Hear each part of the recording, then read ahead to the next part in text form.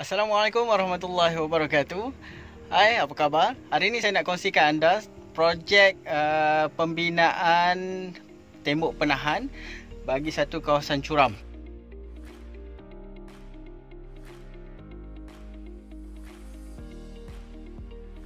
So, saya sekarang berada di belakang tembok penahan. So, ini adalah tembok penahan yang sedang dibina, di mana bawah ni adalah lapisan asas dia. Okey, bawah ni adalah lapisan asas. Jadi selepas saja tembok dan lapisan asas ini siap dibina, nanti akan dituang tanah. Jadi tanah ini akan bergantung kepada tembok ini. Jadi kita akan dapat elakkan kejadian tanah runtuh di tepi jalan. Dinding atau tembok penahan adalah struktur yang berfungsi untuk menahan tanah yang mempunyai kecerunan yang menyebabkan tanah berada dalam keadaan tidak stabil. Jika dibiarkan, tanah berpotensi untuk runtuh.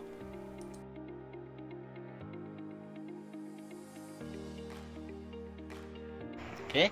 So kalau kita lihat pada analisis bebanan, okey, bahagian asas, bahagian bawah tembok penahan ini akan menerima tekanan yang lebih tinggi daripada bahagian atas. Okey, jom kita tengok sepanjang pembinaan ini dijalankan.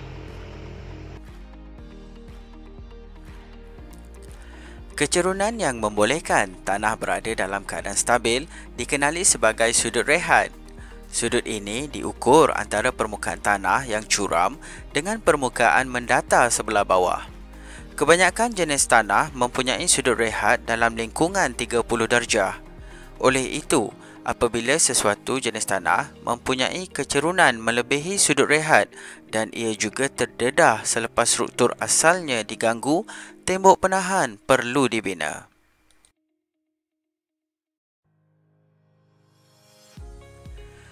Pembinaan struktur sokongan harus dimulakan hanya setelah pengiraan yang diperlukan telah dibuat. Apabila mereka bentuk dinding penahan, faktor-faktor yang perlu diambil kira adalah seperti berat sokongan struktur tembok itu sendiri dan berat unsur-unsur tambahan yang akan berada di atasnya. Selain itu, tekanan tanah yang disokong serta daya cengkaman dan geseran. Faktor lain pula adalah kekuatan angin, kesan getaran seperti laluan kenderaan berat, hujan, banjir dan fenomena semula jadi yang lain.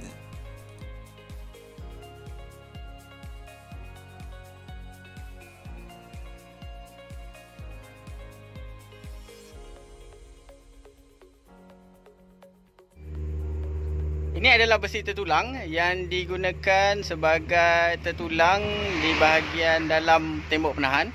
So, tertulang ini akan berfungsi untuk menyerap tekanan tegangan bagi tembok penahan kita, dan ia disusun secara rapi.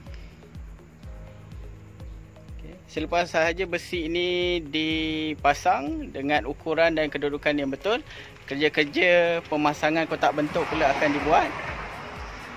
So, selepas kotak bentuk siap dipasang, okay, konkrit akan dituang di dalam kotak bentuk ni. Akan masukkan konkrit. Selepas beberapa hari, kotak bentuk ni akan dibuka. Kemudian dia akan dipindahkan sehinggalah selesai pembinaan ni sampai ke hujung sana.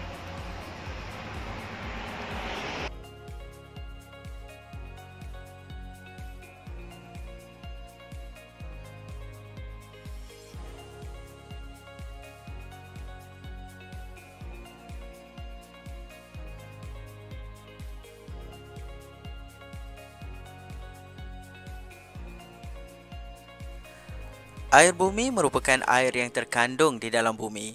Air bumi turut memberi kesan ke atas kestabilan tanah. Air boleh menambahkan berat tanah dan juga boleh menjadi bahan pelincir antara butir-butir tanah. Akibatnya, tanah menjadi tidak stabil. Oleh itu, kewujudan air bumi perlu diambil berat dalam pembinaan tembok penahan.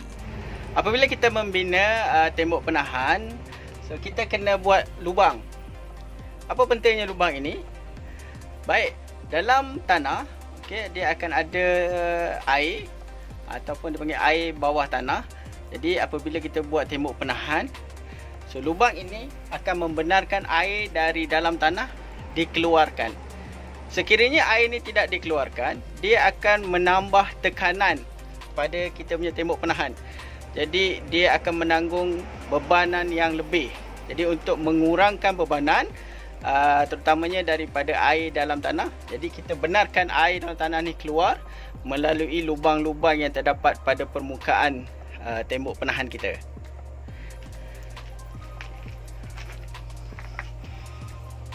Ada di atas, ada di bawah.